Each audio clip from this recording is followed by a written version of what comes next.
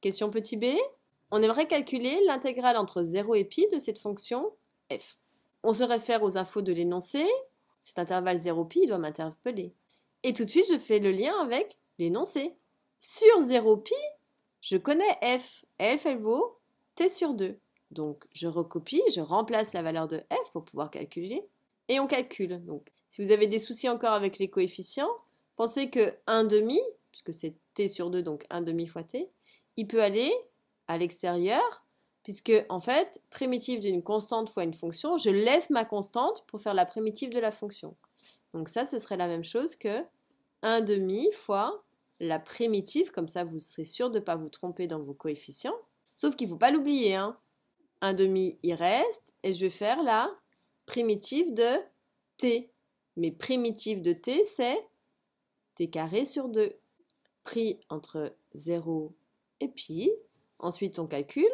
Je n'oublie pas mon coefficient 1 demi.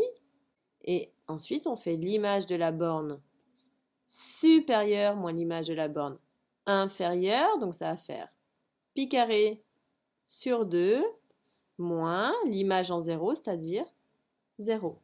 Et donc, quand on simplifie, vous étalez peut-être plus rapidement. L'essentiel, c'est qu'on obtienne le même résultat.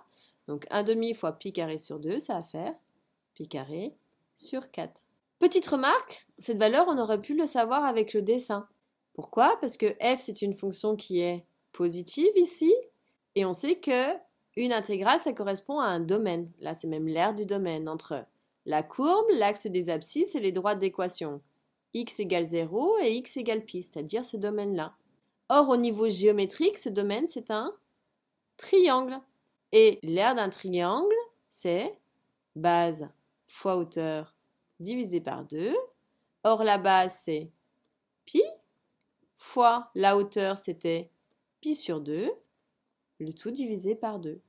Et on retombe bien sur pi carré sur 4. Donc, c'est très, très logique.